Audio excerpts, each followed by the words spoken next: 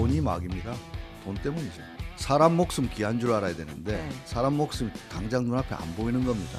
그동안에 산재가 왜 이렇게 반복되느냐 했을 때 맛없는 당근하고 안 아픈 채취가 아니었냐. 치료성이 없었다는 거예요. 그래서 네. 치료의 최고 치료는 금융치료 아니겠습니까? 노란봉투법을 만들어지니까 웃고 있는 것은 대형 로펌이다. 이 미친 짓을 해가지고 결국 돈 번 사람은 로펌밖에 없었다. 그렇죠. 네. 그럼 우리 직원들이 그분들과 접촉했을 때는 정말 배가 망신합니다. 쿠팡 쓰세요? 저는 안 씁니다. 사상 검증 한번 해요. 아니요. 고용노동부 장관을 저희가 모시고 네. 저희 장르만 여의도 스태프분들의 노동 환경은 어떤지 한번 점검을 좀 받아보고 네. 싶습니다. 어서 오십시오. 네, 안녕하세요. 네, 반갑습니다. 반갑습니다. 그리고 우리 최은경 기자님 네, 오늘 안녕하십니까. 증인으로 이제 서시는 거죠? 아니 노동자가 되기가 가장 어려운 세상입니다 지금. 아, 왜 그렇죠? 모두가 주식 투자하고 있잖아요 지금. 아 노동 환경이 그래서 안 좋군요. 그렇습니다. 네. 자 우리 장관님은 이제 장관 되신 지가 이제 9개월 됐습니까? 네, 그 정도 된 네. 거네요. 7월 22일 날 네. 임명됐습니다. 네. 그때 이제 막 그 보도자료 막 뉴스 많이 나왔던 게 이제 그 철도 앞에서 기관차 그 앞에서 창문 사진 밖으로 찍으시고, 손 했던 기억이 여는 나네요. 장면이 기억이 좀 나는데 많은 분들이 참 부러워하십니다. 일단 머리숱도 굉장히 많으시고 네 어떻게 이렇게 많으세요? 방법이 없다. 유전입니다. 유전이죠? 네. 네, 알겠습니다. 자, 근데 9개월 동안 이렇게 장관 하시면서 네. 잘했다. 난 진짜 잘 한 것 같다. 이런 생각이 좀 드세요? 아니면 뭐 고민거리가 좀 더 많으십니까? 일단 먼저 노동자에게 이렇게 나란 일을 맡겨주셔서 너무 감사드리고 눈 덮인 들판 걸을 때 함부로 걷지 마라 했는데 네. 제가 정말 잘해야 되겠다는 생각을 눈 속에 뭐가 있을지 몰라서. 아니 내가 간 길이 되잖아요. 발자국이 남으니까. 그래서 제가 네. 잘해야 저 같은 네. 사람이 또 많이 이후로도. 나올 텐데 아. 그런 부담이 많은데 저는 국민들에게 뭐 생각보다 나쁘지 않네. 네, 그 정도면 만족합니다. 그렇습니까? 스트레스 많이 받으시나 봐요. 왜요? 표정이 지금 굉장히 고민 근심 하나 고민 하나 교부사처럼 뭐 어깨에 얹고 지금 계신 막 표정인데. 임시 국무회의 네, 마치고 국무회 끝나자마자 달려오신 맞습니다. 거라서 네. 그러시구나. 한껏도 네. 지금 일감을 떠안고 오신 네. 그런 표정이네요. 네. 대통령이 어떤 일 많이 시킵니까? 대통령 일단 산재 없는 나라 만들어야 되고 또 노동자 출신임을 한시도 잊지 말라고 말씀하시고 그 선거 기간에 한 대담 프로에서 그 도올 선생님하고 이렇게 대담하는 걸 제가 보게 됐는데 네. 그때 도올 선생님께서 만약 소년공 출신 대통령이 탄생한다면은 그건 전태일이 살아 돌아오는 것 같다 이런 말씀을 하셨습니다. 그래서 제가 첫 국무회의 가서도 그런 말씀 드렸는데 네. 하루도 제가 어디 출신이라는 거를 네. 잊지 않고 그들을 대변해야 되겠다 이런 생각을 하고 있습니다. 근데 그 노동자로 계실 때하고 지금 네. 장관으로 계실 때하고 내가 만나는 사람들이 많이 달라질 거 아니에요. 네. 그러니까 내가 그동안 뭐 대변하거나 속해 있던 집단과 또 달리 사용자들을 만날 일이 더 많아질 것 같은데 네. 그거에서 좀 변화를 뭐 느끼시나요? 저는 장관이 되고 나서 노동단체 방문한 것보다 사용자 단체 방문한 게 한 5배 정도 많은 것 같습니다. 네. 물론 노동자들을 만나기는 많이 만납니다. 뭐 출근할 때도 와서 항의도 많이 하고 시위도 많이 하고 억울함도 호소하고 네. 하기 때문에 죄송합니다. 하기 때문에 네. 뭐 노동자들 만나는 거는 일상적으로 만나는데 왜 이러죠? 네, 물 한 잔 드릴게요. 네. 네네네네. 만나는데 네. 경영자 단체 네. 만나는 일도 소리 하지 않는데요. 그 이유는 제가 한때는 노동자를 대변한다고 자임하고 노동자들의 권리를 위해서 투쟁했던 한쪽에 있었다면은 이제 양쪽을 잘 조율하고 옛말에 뭐 싸움은 말리고 흥정은 붙이라고 그런 어떤 심판자적 역할, 조정자적 네. 역할에 있으니까 노동자 할 때보다 훨씬 힘든 것 같아요. 네. 근데 그 과거에 여러 이제 주장들을 이제 어쨌든 노동자 입장에서 하셨을 거 아니에요. 네네네. 근데 이런 주장했지만 내가 이제 장관 되고 또 사용자 입장도 많이 들어보다 보니 네. 그건 좀 과했네. 이런 생각이 들 때도 좀 있으세요? 내가 예전에 했던 주장이지만. 예, 제가 첫 출근할 때 서 있는 자리가 달라지면 풍경이 달라진다. 이런 이야기를 했더니 네. 변심한 거 아니냐 이런 이야기를 했는데 저는 그렇게 변심했다는 게 아니고요.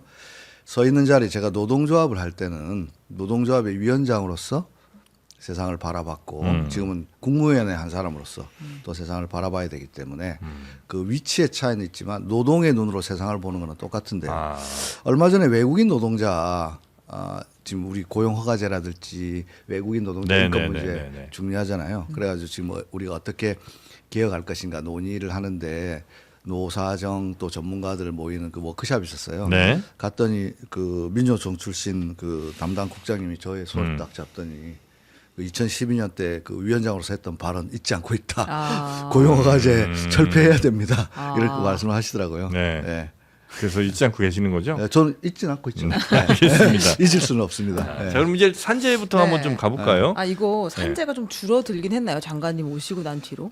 일단 공식적인 통계 발표는 분기별로 하기 때문에 네. 지금 말씀드리기는 조심스럽습니다만은 얼마 전에 제가 보니까 신문 기사에 강남 뭐 용산 집값 꺾였다 네. 이 기사가 상당히 헤드라인 많이 장식했더라고요. 네. 말씀드릴 수 있는 것은 산재가 증가하던 추세는 확실히 꺾였다. 아. 그리고 우하향을 가리키고 있다라는 아. 말씀 드리겠습니다. 지난 7개월 동안 산재가 줄지 않았습니다. 총량으로 보면은. 네네. 하지만 제가 그나마 그 속에서도 희망을 찾는 것은 네. 50억 이상, 50인 이상 되는 일정한 규모를 가진 네. 기업이나 현장에서는 확연하게 꺾였는데 아. 50억 미만, 50인 미만 사업장 또는 5인 오인이야. 미만 네. 사업장에서는 산재가 여전히 줄지 않는데요. 네. 계층별로 보면 또 고령자, 외국인 제일 아래쪽에 있는 분들에게 위험이 내려가고 있습니다. 양극화되고 있는 네, 네, 네. 위험의 격차도 해소해야 되는데 그래서 저희들은 올해 작년보다 약 2,500억 정도 예산을 증가시켜 가지고 소규모 사업장에 대한 밀착 지원 우리 말로는 길목에서부터 예를 들면은 오늘도 그 사고가 하나 났는데요. 추락 사고. 그래서 저희 대통령도 말씀해 떨어지면 죽는다. 네. 떨어지면 죽습니다. 네. 떨어지면 죽는 건 망고의 진리입니다. 네. 추락사가 왜 이렇게 줄지 않는가 살펴보면요. 소규모 사업장에서 추락사가 많이 나는데 네. 지붕 고치러 올라갔다가 태양광, 가죽 축사 개량, 네. 특히나 비 오는 날 다음에 이게 참 뭐랄까요 슬픈 이야기인데 비가 장마철에 비가 많이 오면 비가 세잖아요. 그럼 비 그치면 지붕 고치러 올라가야지. 네. 올라갔다가 바로 떨어집니다. 왜 제일 약하지 않습니까 그때 아. 이런 소규모 사업장에서 떨어짐 사고 빈발하고 있는데 네. 그래서 이거는 우리 중앙행정부만의 노력으로 안 되기 그 때문에 어떻게 줄여요 그런 걸? 지방정부, 협단체, 네. 온 나라가 나서야 됩니다. 그래서 저희들이 2월 달부터는요 1,000명 안전한 일터 지킴이라 해가지고 네. 50대 이상 되는 퇴직 공무원이라든지 유경험자들에 대해서 1년 동안 10달이죠 정확하게 네. 10달 산업안전공단에서 네. 단기로 채용해가지고 네. 이 소규모 사업장에는 계속 캠페인을 벌리고 가서 지도도 하고 지원도 해주고 네. 우리가 제일 어려웠던 거는 도대체 어디서 공사를 하고 있는조차도 파악이 안 되는 거예요. 아. 그 작은 사업장은 도저히 파악이 사업장 자체가 어디 있는지를 언지를 모른다는 파악이 안 돼요. 거예요. 그래서- 사고가 나야만 알 수 있고. 네, 그렇죠. 그래서 저희들이 사전에 지붕공사 같은 경우에는 네. 사전에 신고할 수 있도록 아. 하는 것도 하고 또 그다음에 태양광 설치 같은 것도 나라의 지원을 받지 않습니까? 그럼 협단체도 있어요. 협단체를 통해서 우리가 계도도 하고 네. 그래가지고 지붕 사고, 떨어짐 사고 줄여 나갈 생각인데요. 구체적인 통계는 말씀드리기는 어렵습니다만은 추락 사고도 줄고 있습니다. 아, 그러니까 이게 상시 감독이기도 하고 그다음에 지도이기도 한 거예요. 큰 사업장 감독과 지도 수사 아. 이 세 개 다 같이 하는 게 근로감독관인데요. 네. 큰 사업장은 CEO부터 어느 정도 경각심을 가지고 또 시스템도 갖춰져 있기 때문에 네. 조심하고 또 하면 되는데 네. 작은 사업장의 위험은 아. 지원을 안 해주면은 네. 엄벌한다고 되는 게 아니거든요. 그쵸. 엄벌주의가 통하는 데가 있고 네. 엄벌주의조차 감당하지 못하는 곳이 있거든요. 네. 거긴 지원을 해줘야 되는데 지원을 해주려 해도 어디서 일이 벌어지는지 알아야 지원을 해주는데 그래서 저희들이 그 DB도 구축하고 이제 AI를 통해서 작년 동안 벌어졌던 사업의 유형을 다 분석합니다. 네. 도대체 언제 어느 시간대에 아. 어떻게 발생되는지 그래서 고위험군을 타겟팅해가지고 네. 집중적으로 모니터링하고 이렇게 해서 줄여나갈 생각입니다. 근데 이 제일 큰 건 사실 돈 문제 아닌가 싶은 생각이 드는데요. 예를 들면 지금까지 우리가 언론에서 본 사고들은 이를테면 2인이 이제 1조로 움직여야 되는데 한 명만 집어넣는다거나 아니면 노동 시간 자체를 지켜야 되는데 너무 길어졌다거나 안전 장비를 갖추어야 하는데 그게 좀 부족했다거나 이제 이런 게 다 비용 문제인 거잖아요. 대통령께서도 말씀하셨지만 돈이 막입니다. 돈 때문이죠. 예. 예. 뭐 어렵게 이야기할 거 없이 예. 사람 목숨 귀한 줄 알아야 되는데 네. 사람 목숨 당장 눈앞에 안 보이는 겁니다.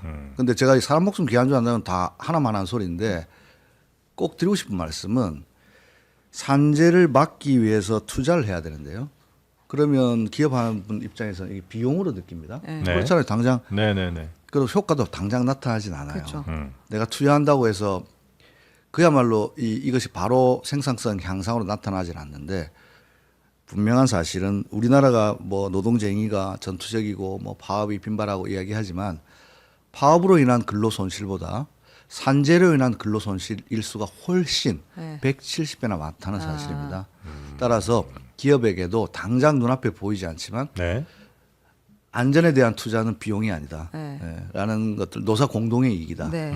그리고 안전 자체가 하나의 브랜드가 됐습니다. 이제 네. 그런 차원에서 기업에서도 근데 지금 규모 있는 기업에서는요 투자도 많이 합니다. 네, 많이 갖춰진 것 같아요. 그렇습니다. 근데 이제 아까 말씀하신 5인 이하 사업장은 이제 돈이 다 들기 때문에 안전장치 나라가 없이 지원해 많이 줘야 가- 됩니다. 그래서 10인 미만 같은 경우에는요. 안전 장비를 구입할 때 어려움을 겪어서 저희들이 90%까지 지원해 줍니다. 90%까지. 그래요? 10%는 자기 부담을 해야 되니까. 100% 다 주면 또 뭐 공산주의 하냐 뭐 이런 소리 할 수도 아니 그럼 있으니까. 안전 장비라고 한다면 뭐 안전모 뭐 이런 거예요? 각종 필요한 여러 가지 우리가 클린 사업장 제도라 해가지고 지도도 나가고 점검도 혹시 현장에서 또 근로감독관 점검 나왔다 안전지킴이 나왔다면 귀찮게 생각하지 마시고 컨설팅도 받고 해가지고 저희들이 상담도 해드립니다. 여기 필요한 거 예를 들면 이런 거 있습니다. 뭐가 있을까요?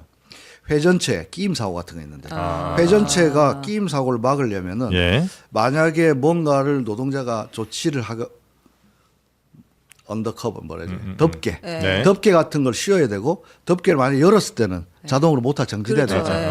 네. 이게 인터락이 딱 걸려가지고 예. 그런 것들을 하려면 비용이 들 거 아닙니까? 그런 것들을 우리가 90%까지 아. 지원해 줍니다. 그렇게 하면 사업장도 개선하고 좋은데 몰라서 못하는 경우도 많거든요. 그래서 오늘 같은 방송에 나와서 제가 많이 홍보도 하고 하겠습니다. 그럼 소규모 사업장에선 이런 고민들이 좀 있을 때 국가로부터 좀 지원받을 수 그렇습니다. 있는 방법이 있다는 거. 그렇습니다. 그래요. 90%까지 지원합니다. 그럼 그게 신청해요. 예. 노동- 신청합니다. 신청하면 됩니다. 근데 저희들 가서 또 살펴보고 네. 사업장 규모에 따라서 지원 비율이 좀 달라지는데 제일 영세한 사업장은 90%까지 지원합니다. 그게 얼마짜리 기계든 간에. 그 기계 이제 저희들이 정한 여러 가지 부품 저것들이 있겠죠. 꼭 필요한 그 사업장에 뭐 회전체에 관련된 게 필요하다. 아니면 뭐 추락망이라든지 뭐 그런 거에 따라서 그래요. 네.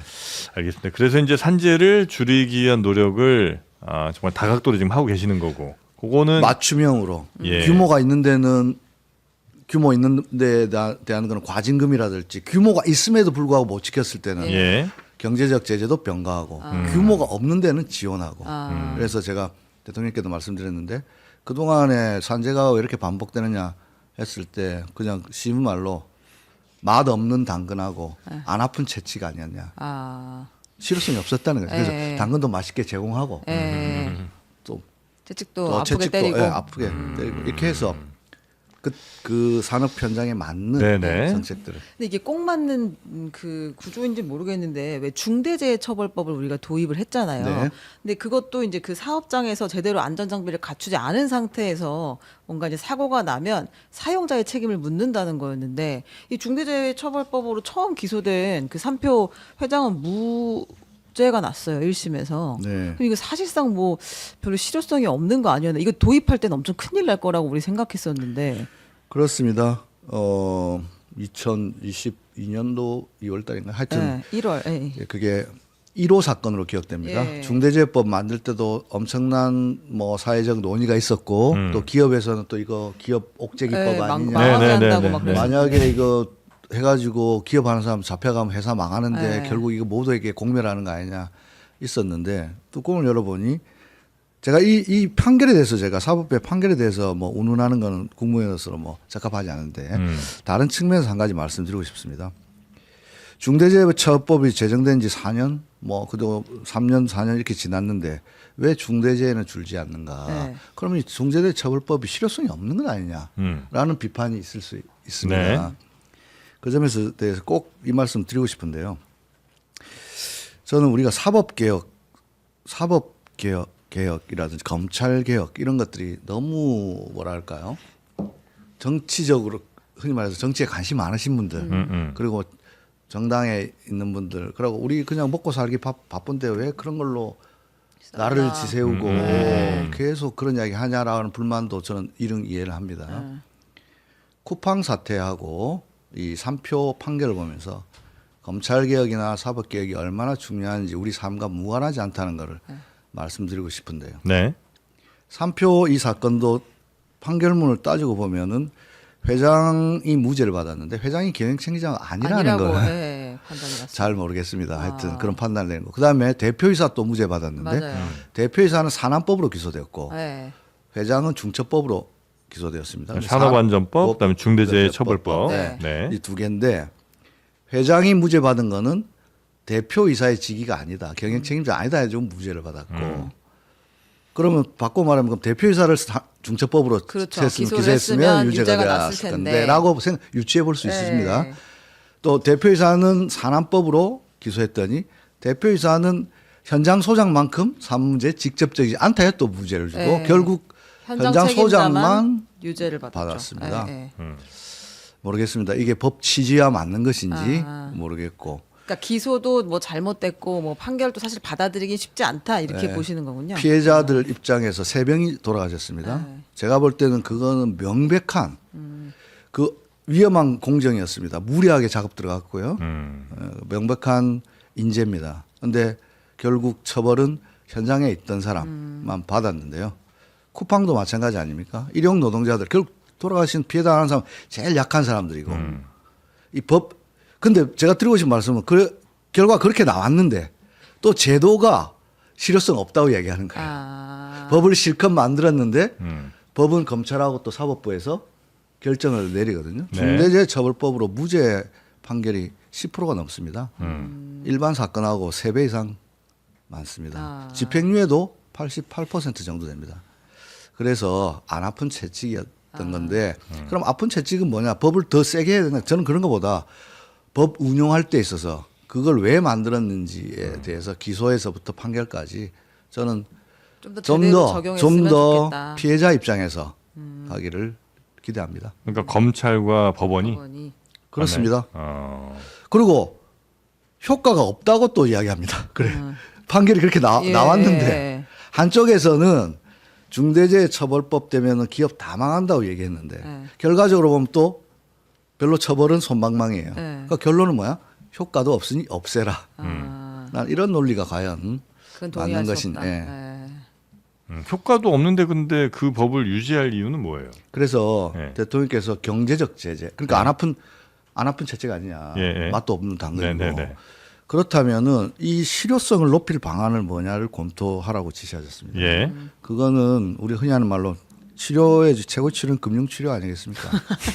경제적 제재가. 그거는 정말 동의합니다. 예, 예. 그래서 네. 시간만 많이 걸리고 아. 예를 들어서 실효성 없고 아무리 행정력을 동원해가지고 저희들 근로감독을 해가지고 기소까지 하지 우리 손을 떠났지 않습니까? 네, 네. 그 단계에서는 또 다르게 작동되면은 아. 그러지 말고 행정력으로 할 수 있는 게 과징금 제도고 그런 걸 통해서 기업하는 분들의 입장에서도 아 사람이 안 돌아가셔야 사람 돌아가시면 나 경제적으로도 피해를 보내 신체적 형벌보다는 네, 네, 경제적 제재로 가시라고 하는 것이 이재명 정부의 실용 정책의 한 어떤 징표기 때문에 네. 저희들도 그런 방향으로 방향을 좀 강화. 예, 실효성을 검토하고 있습니다. 그 과징금은 매기는 거는 법이 지금 근거는 다 있는 거죠? 네네. 아니 법이 이제 만들었죠 이번에 네. 산안법을 개정해가지고 네, 그건 이제 노동부에서 매기는 거예요? 그렇습니다. 아. 1년에 3분 이상 반복해서 사망할 경우에 그리고 그 사망의 원인이 법 위반이라고 밝혀질 경우에는 영업이익의 5% 이내에서 과징금을 매기도록 해서 아까 말했던 실효성 없는 뭐 신체적 징벌 이런 것보다는 실효성 있는 어떤 경제적 제재 방안을 구하는 것이 오히려 더 기업에게는 네. 뭐 흔히 말해서 조금 제가 그냥 말씀만 듣고는 약간 이것도 너무 솜방망이일 것 같은 느낌이, 그러니까 실효성이 별로 없을 것 같은 느낌이 드는 건 동일하게 3번, 그죠?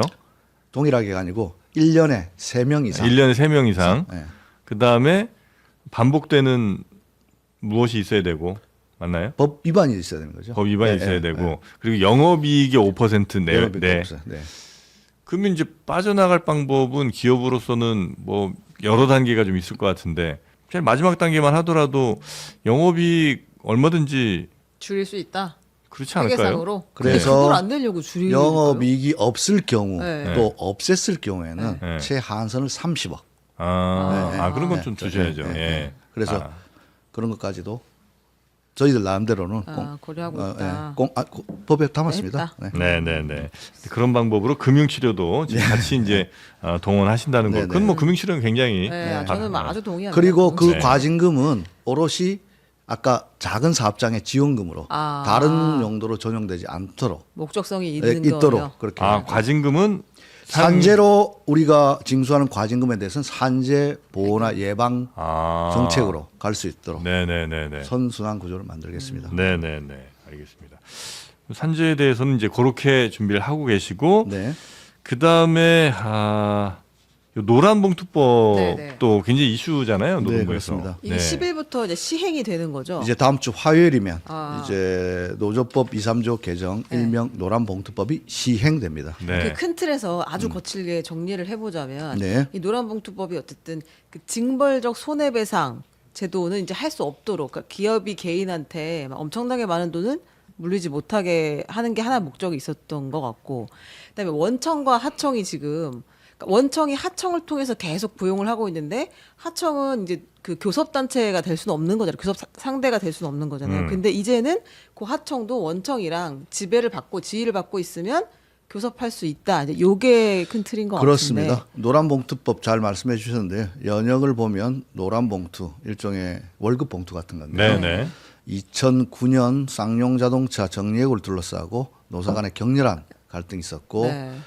뭐 저는 반복해서 말씀드립니다만 어떻게 보면 80년 강주의 학살 이후에 우리 한국 현대사의 가장 비극적인 장면 중에 하나가 평택 쌍용차 공장에서 벌어졌던 테러 진압단 경찰과 노동자들이 극한 충돌하는 모습이었는데 하여튼 그 충돌 이후에 많은 사람들이 이제 구속 해고되고 뭐 했지만 또 47억이라고 하는 엄청난 손해배상이 또 청구되었을 네. 때 네. 그때 시민들이 그 4억 47억을 우리가 십시일반으로 갚아주자 이래 4만 7천 원씩 네. 그 노란 봉투에 넣어서 주던 것이 그랬죠. 유례가 되었습니다. 네네네. 그래서 이게 노조법 3조인데요. 그래서 과도한 손해배상 청구를 제한하는 것인데 불법 파업의 손배소를 없앤다 이런 게 아니고 네.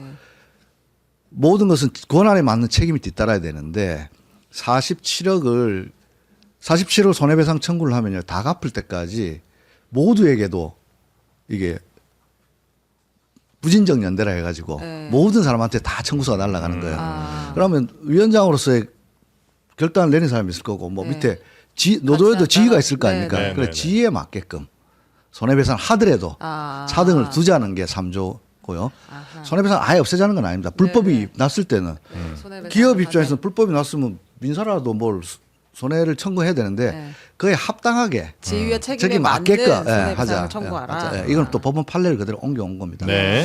그다음에 여기서 한 발 더 나갔는데요. 곰곰이 생각을 해보니까 불법 파업하고 손해배상하고 손해배상 작게 해주면 또 불법 파업 또 하고 네. 이 악순환 끊어야 될 것 아닙니까? 그래서 생각해 보니까 왜 불법이 될까를 왜 불법 파업 누가 불법하고 싶어 합니까? 불법하고 싶은 사람 아무도 없습니다. 그리고 어느 정부도 불법 용인하지 않습니다. 이재명 정부 아니라 그 이상의 정부가 와도 불법 용인하는 정부는 없습니다. 저도 마찬가지입니다. 그럼 생각해 보니까 왜 불법이 자꾸 생길까? 2009년 정리해고 파업이 왜 저렇게 격렬하게 부딪혔을까? 정리해고 자체가 교섭 대상이 아닌 거예요. 네, 맞아요. 파업의 요건이 안 들어가죠. 네. 네. 그러니까 노조 입장에서는 뭐 좀 표현이 갈지 몰라도 이래 주거나 저래 주거나. 아, 제가 잘려주거나. 내가 위원장인데 동료 중에 3분의 1 이상을 내가 동의를 어떻게 해줍니까? 교섭이라도 해가지고 네. 절차라도 하든지. 그다음 노조가 그때 얘기를 했습니다. 경영상에 어려움이 있으면 우리가 무급휴직도 하고 네. 우리 못 받은 돈 가지고 담보도 잡혀서 채권도 발행하면 될 거 아니냐 이런 제안해도 그것도 다 교섭 대상이 아니기 때문에 입구부터 불법이 되는 겁니다. 다른 선택지가 없는 거죠. 근데 이 노란봉투법이 어떻게 진화해 갔냐면 2022년 대우조선 거제 조선소 하청 노동자가 이대로 살 수는 없지 않습니까? 해가지고 스스로 몸에 자기가 용접을 해가지고 하는 하청 노동자 투쟁으로 이어졌고 네. 그것도 불법이 됐습니다. 여기는 47억이 아니라 470억이 손배소가 떨어졌는데 이 원인을 살펴보니까 하청 노동자가 임금 인상을 요구했는데 원청한테 요구하니까 예. 그 자체가 불법이 돼버린 거예요. 그래서 저희들이 생각한 거는 불법 파업의 악순환을 끊으려면은 대화 자체가 불법이 되는 이거를 바꿔야 되는 구조를 거 아니야. 바꿔야 한다. 그래서 첫 번째가 하청 노조라 하더라도 네. 원청이 실질적으로 구체적으로 이들의 노동 조건을 지배하고 있다면 그 영역에 한해서는 교섭해라. 그다음에 정리해고도 정리해고 얼마나 중요한 문제입니까? 노조하면서 해고만큼 중요한 의제가 없는데 네. 네. 이것도 교섭 대상으로 삼게 해라. 그렇게 해서 대화를 제도화하고 네. 대화를 통해서 문제를 풀고 원하청 간의 격차도 해소하고 네. 그래서 2, 3조가 같이 개정되어서 노란봉투법이 된 겁니다. 그럼 네. 교섭의 대상으로 삼는 것도 바뀐 것이고, 바뀐 것이고 교섭의 요소도 또 더 늘어나게 그렇습니다. 된 거예요. 네. 근데 이제 이른바 원청 네. 뭐 대기업들이나 뭐 이런 큰 회사들이 되겠죠. 네. 이런 데서 자신들이 직접 고용하고 싶지 않으니까 이제 이런 하청 업체들을 이제 쓸 거 아닙니까? 네, 네. 또 뭐 여러 산업 환경 변하는 거에 또 대응을 또 일일이 또 해야 되긴 네, 할 네. 테니까. 근데 그런 여러 하청 업체들과 이런 교섭을 일일이 이렇게 하는 것이 매우 어렵다. 이제 이런 얘기를 하시는 분들이 좀 있잖아요. 기업 입장에서는 당연히 네. 교섭 비용의 증가를 우려합니다. 그리고 금방 앵커께서도 말씀하셨지만은 대기업일수록에 수백 수천 개의 일종의 서플라인 뭡니까 공급체. 공급망을 네. 공급망을 갖고 네, 네, 원하청 공급망을 갖고 네. 있고 네. 그러면 내가 하청까지 네. 다 교섭하라고 하면 1년 12달 그것만 교섭하다 해야 되냐. 하다가 네. 이 글로벌 경쟁에서 우리는 어쩌란 말이냐라는 예. 걱정을 하십니다. 저는 뭐 그렇게 걱정하실 수도 있습니다. 근데 우리가 불편한 진실은 우리나라 노조 조직률은 전체 13%입니다. 네. 일본이 16%고 OECD가 약 한 20% 평균인데요. 우리나라 13% 그럼 노조 할 수 있는 사람이 13명 정도가 100명 중에 13명 노조 하는데 이건 대부분 대기업이나 공공 부분에 한정되어 있고 그렇겠죠. 예. 하청 노조의 노조 조직률은 그럼 얼마나 될까? 교섭을 하려면 일단 노조가 있어야 되지 않습니까? 그렇죠. 하청 업체하고 교섭하는 건 아니니까. 네. 하청 노조와 교섭하는 거니까. 100인 미만 사업장의 노조 조직률은 1% 되면 1.5%입니다. 30인 미만 사업장의 노조 조직률 놀라지 마십시오. 0.1%입니다. 네. 노조가 없습니다. 네. 노조가 있어야 뭐 1년을 동안 할 거 아닙니까? 그렇기 때문에 1년 내내 교섭만 할 것이다라고 하는 건 기우고 두 번째 그래도 안 해도 될 교섭을 우리가 또 해야 되는 것 아니냐. 그건 맞을 수 있어요. 하지만 생각을 좀 바꿔놓고 아니 노조가 그렇게 없는데 뭐 노조랑 교섭할 것도 없잖아요. 그러면. 그러니까요. 근데 그 교섭권을 주는 게 무슨 의미가 있죠? 아니, 그러니까 그렇게 크게 걱정할 이유는 없다. 그러니까 그들이 걱정할 이유도 없는데 실제로 교섭할 일도 없을 거 아니에요, 거의. 하지만 노조 있는 데는 있지 않습니까? 아까 거제라든지 네. 하청 노조가 또 있는 곳이 있지 않습니까? 그런 여기 데서- 아니더라도 예를 들면 뭐 백화점 면세점 같은 데도 다 백화점이 직접 고용 안 하고 아웃소싱을 줍니다. 네. 네. 백화점 면세점 예를 들어 볼게요. 백화점 면세점에 옛날에는 직접 고용했을 건데 지금 다 뭐 여기 보면 뭐 소곱창 구이 매장 있고 뭐 요거 뭐 네. 예를 들어서 뭐 아까 말했던 뭐 예. 닭똥가리 시계 매장 있고. 이거를 다 이런 거 아니네 몰라서 그런 네, 네, 이 매장을 다 아웃소싱 주는 네. 겁니다. 네. 그러면 직접 고용 관계가 아니에요. 그렇죠. 네. 내가 A라는 백화점 점주의 백화점 사장이에요. 근데 나는 닭똥가리하고 그 노동자들하고 계약하고 소곱창 구이하고 하는 거지 나오는 관계 없다. 네. 너희들끼리 잘해. 네. 했지만 백화점에 문 여는 날, 그렇죠. 문 닫는 영업시간이나 날, 이런 거. 그다음에 안에서 복장, 태도, 매뉴얼 이런 것도 다 백화점식으로 다 하고 우리가 소곱창 구이를 백화점 가서 하면은 이거 나 백화점에서 샀다 이러지. 나 소곱창 구이 매장 이렇게 생각 안 하는 네. 백화점 네, 직원으로 다 네, 인식한단 네, 말입니다. 네. 그랬을 때 네. 그런데도 노조가 있거든요. 네. 그런 노조들이 백화점하고 교섭해서 휴무일도 같이 정하고 휴게실도 어떻게 쓰는 거 같이 정하고 예. 이렇게 하면은 혹시 그러면 그 노조가 결성돼 있지 않은 회사들로 그 대기업들이 빠르게 교체를 시도하지는 않겠습니까? 그 문제가 또 남아 있겠죠. 예. 왜냐하면은 도급 줬으니까 네. 노조를 만들려고 하면 네. 나는 업체를 그냥 바꿔버린다. 업체만. 이게 그래가지고 노조가 조직률이 낮은 이유를 지금 앵커께서 정확하게 지적하신 거예요. 아. 예. 왜 30인 미만은 노조 조직률이 왜 이렇게 안 되는데 노조 만들었더니 계약이 끊겨. 계약이 통으로 날려버렸네. 그러니 노조 만들려면은 그러면서 동료들 사이에서 야 너가 괜히 노조 하자 해가지고 우리 업체 통으로 달라고. 그렇겠죠. 네. 예. 예. 저는 그래서 이번 기회에 예.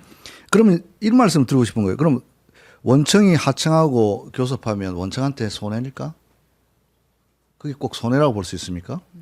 아, 예를 교섭을 들자- 하는 것 자체가 네. 예. 예를 들어서 네.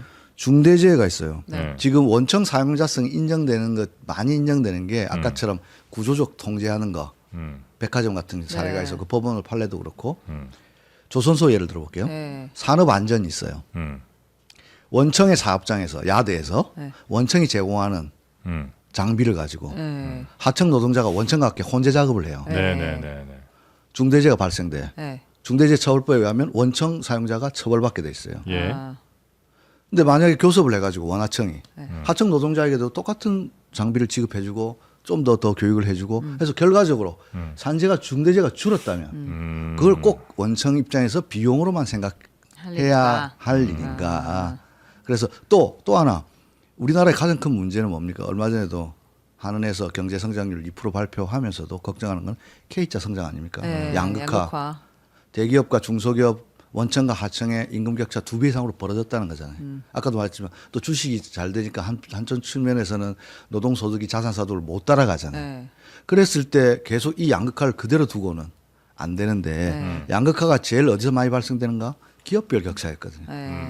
그래서 이 노란봉투법을 통해서 네. 원하청이 좀 더 격차를 줄여나간다면 아. 그건 꼭 나라 전체로 볼 때 손해인가? 네. 이런 물음을 던지는 거죠. 저도 뭐 그 방향이 매우 바람직한 것 같긴 해요. 네. 그리고 아마 대기업들도 사실은 말씀하신 것처럼 원하청과 그런 이제 건전한 협상이라든지 이런 것들이 되면 오히려 그 원청 회사도 더 좋을 거라고 생각을 하는데 네. 인간이라는 게 클 수 있지만 불확실한 이익과 작을 수 있지만 확실한 손해가 두 개가 동시에 존재할 때 어떤 선택을 하냐면 손실을 피하려는 경향이 더 강하잖아요. 그래 왔죠. 예. 그래서 뭔가 확실한 이익을 그 원청 회사들이 기대할 수 있거나 아니면 그 손해가 매우 작다는 거를 완전히 인식하지 않으면 그 회사를 교체한다든지 그래서 오히려 더 노동자들이 더 손해 보는 일은 발생할 가능성이 꽤 높지 않을까 하는 그냥 생각이 좀 들긴 합니다. 아니요, 너무나 정확한 지적이십니다. 예. 아까 중대재해처벌법도 얘기했지만 노란봉투법을 만들어지니까 웃고 있는 것은 대형 로펌이다. 법적 분쟁이 생기면 네. 그렇겠네요. 네. 예. 이거는 어제 오늘 이야기가 아니고 제가 철도 출신이라서 옛날 이전에 영국이 분할 민영화해가지고 철도를 막 쪼갰더니 예. 경쟁의 효과보다는 대형 로펌만 그 왕립 보고서에 공식적으로 나와 있던 겁니다. 이거 좀 표현이 가는 이 미친 짓을 해가지고 결국 돈 번 사람은 로펌밖에 없었다. 맞죠. 예. 맞지 않습니까? 회사가 쪼개지니까 서로 사고가 나면 서로 분쟁을 하는데 맞아요. 이것도 마찬가지입니다. 예. 회피하고자 하는 건 인간의 본능입니다. 그러면 정부 역할이 대단히 중요한데요. 네네. 이 노란봉투법의 취지가 현장에서 잘 안착될 수 있도록 해야 되는데 뭐 대통령이 중국 가서 시주석도 했지만은 그 얼음이 하루 안에 녹겠습니까? 네네네. 저는 이 신뢰를 쌓아 나가는 과정이 네. 우리 사회의 신뢰 자산을 쌓는 거라고 봅니다. 네. 그래서 저는 바라건대 3월 10일 이후에 뭐 춘투 얘기를 하는데 춘투보다는 춘담이라고 해가지고 대화의 꽃이 춘담. 곳곳에서 대화를 통해서 문제를 해결하는 우리가 민주주의를 지지하는 이유는 대화를 통해서 문제를 해결할 수 있다는 것을 믿기 때문에 네네. 하는 거거든요. 그동안에 대화 자체가 불법이었는데 이제 대화의 문을 열었으니 곳곳에서 대화의 꽃이 만개하기를 바라겠습니다. 야, 그 춘투 시작할 때 장관님 직접 현장 가시면 저 괜찮겠네요, 그림이. 네, 왜냐면 박수하고 오랜만에. 아유, 그래 잘 지냈지 뭐 그래서 이러면서. 모범 사례를 만드는 게 대단히 중요합니다. 네네. 저는 모범 사례가 네. 그동안에 중대재해처벌법도 어디가 1호 처벌 대상이 될 것인가 네. 이런 관심이 많잖아요. 네. 근데 저는 어디가 상생 모델이 나올 것인가. 원하청이 정말 상생해가지고 원하청이 상생한다는 걸 한번 상상해 보십시오. 이번에 현대중공업, HD 현대, 내가 특별한 회사를 조선소 다 지금 계속 원화청 거기가 예. 많지 않습니까? 근데 하나오션도 지금 그래, 계속 지금 하나오션 오션도 얘기가 지금 계속 문제 되고 나오잖아요. 있고 네. 그다음에 현대중공업도 네. 노사관계가 다 있습니다. 있지만 저는 그 얼마 전에 대통령께서도 그 현대 기아차 그룹 회장님 세만 가서 할아버지 살아계시면 상당히 그 뭐죠?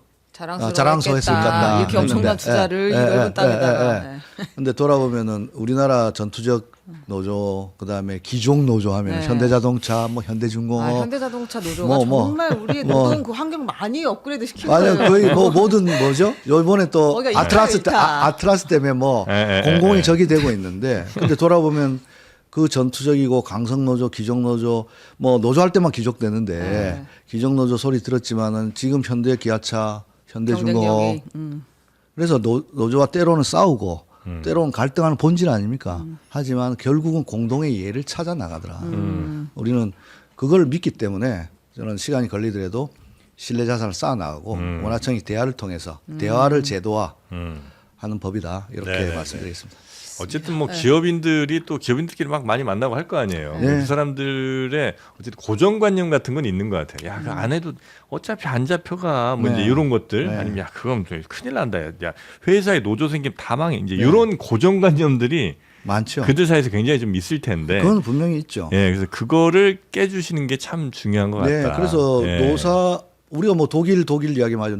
독일은 노사 공동 결정하는데 또 그 2차 대전의 폐허를 딛고 한때 세계 최고의 제조업 강국으로 나갔을 때는 노사 공동 결정 제도라고 하는 진짜 전무후무한 제도 아닙니까? 네. 그런 것들이 힘이 됐기 때문에 네. 노조를 너무 비용이나 이렇게만 생각하지 마시고 네.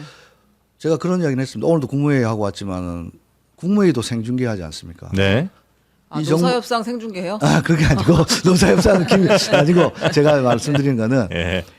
그 이재명 정부의 국정 동력 중에 하나는 투명한 국정 운영 아니겠습니까? 네. 그래서 저는 노조에게 사측에게도 단체 교섭을 기업의 경쟁력을 높이는 네. 구성원들과 허심탄회하게 네. 정말 투명하게 음. 아니 제가 정말로 현장에서 많이 느끼는 거는 어느 사장님도 자기 회사에서 사람 죽고 다치는 거 원하지 않습니다. 그렇죠.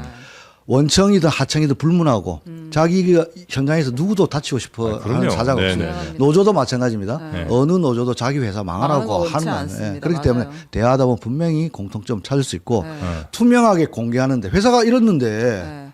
뻔한데 네, 야 오늘 내일 한다. 진짜 야. 예, 이렇게 예. 그랬을 때는 오히려 네. 노동조합의 지혜도 같이 네. 그래서 투명한 경영의 또 계기로 네, 삼는다면은 네, 아, 예. 아. 장관님 시간이 많이 지나서 아주 짧게 두 개만 네. 여쭤볼게요. 그 노동부 출신들이 이것도 네. 전관이라고 저는 보이는데 쿠팡으로 많이 넘어갔잖아요. 그렇습니다. 지난번 네.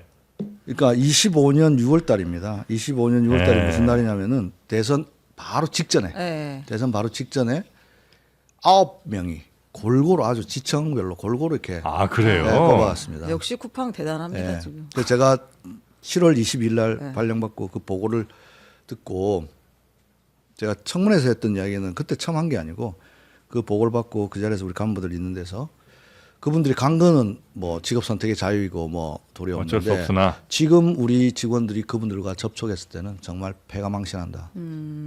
라고 말씀드렸습니다. 근데 구조적으로 노동부가 필요한 기업들이 있는 거잖아요. 네. 노동부 출신들이. 그러면 이번에는 쿠팡이었지만 다음에는 또 뭔가 근로감독 대상이 되든 뭐 쟁의 대상이 되는 기업에서 또 데리고 갈 수 있는 거 아니에요?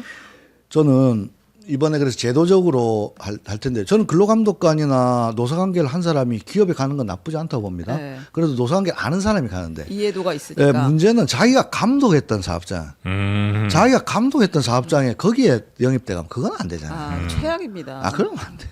근데 그걸 막을 수는 없잖아요. 그래서 우리가 심사를 그동안에는 4급 이상이라든지 네. 이게 취업 심사를 받게 그렇죠. 되는데 퇴직할 때. 그러니까 쿠팡에서 4급 이하를 다 데려갑니다. 좀 대단합니다. 네. 쿠팡은 정말. 그래요. 연봉이 장관 2배 정도 됩니다. 야. 안 가. 그러니까 안 갈 도리도 없는 도리가 거예요. 없네, 진짜. 그래서 취업 심사를 강화할 것입니다. 5급도. 아. 장관님 최소- 쿠팡 쓰세요? 저는 안 씁니다. 사상 검증가 뭐예요? 아니요, 저는 농담이 아니고 안 씁니다. 그러니까 아무튼 그 취업 심사를 좀 강화하겠다. 5급까지 강화하겠다. 제도적으로 하고 아.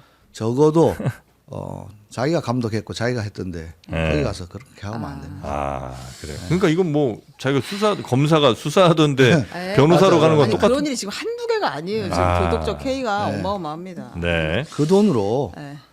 일용 노동자 퇴직금 다 해봐야 2억 3천만 원 뭐 네. 이 정도입니다. 음. 그 연봉 한 사람 정간 연봉도 안 되는 네, 돈입니다. 그거 안 주겠다고 그거 이제 국방이 수사까지 그러면 가는 안 됩니다. 거잖아요.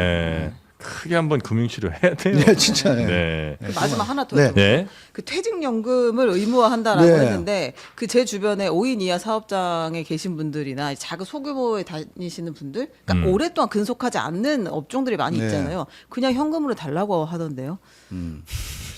그래서 아니요, 그 몇 분 안 되는데 그거까지 뭐 65세 내가 언제 될 줄 알고 퇴직연금을 의무화하느냐. 의무화하는 거에 오해가 있으신데요. 네. 의무화는 사회 적립을 의무화하는 거고 네. 받는 거는 일시불 원하면 일시불 드립니다. 아 네. 그래요. 네. 수수료 그- 떼는 거 아니에요, 그게? 그건 수순을 떼겠죠, 아, 일단. 네. 근데 연금으로 대통령께서도 네. 똑같습니다. 대통령께서도 부동산 일가구 다주택자 악마하는 거 아니고 네. 가질 수 있는 능력 때문에 가지라는 거고 네. 연금도 마찬가지입니다. 일시불하고 연금이 있는데 연금을 선택하는 것이 훨씬 더 이익인데. 이익으로 설계합니다. 네. 그럼에도 불구하고 일시불 찾겠다는 건 안 막습니다. 그걸 의무화하는 건 아닙니다. 네.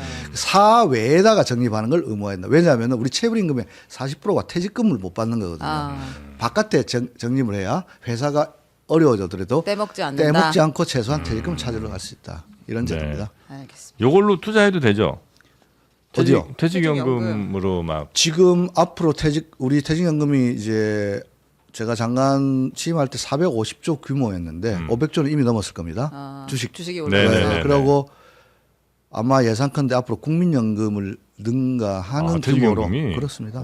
네. 그래서 1층에 국민연금, 2층에 퇴직연금, 마지막에 능력되면 개인연금 네, 이렇게 네. 해서 노후를 플러스 튼튼히. 기본소득. 네, 네. 아, 그러면 더 좋고요. 네.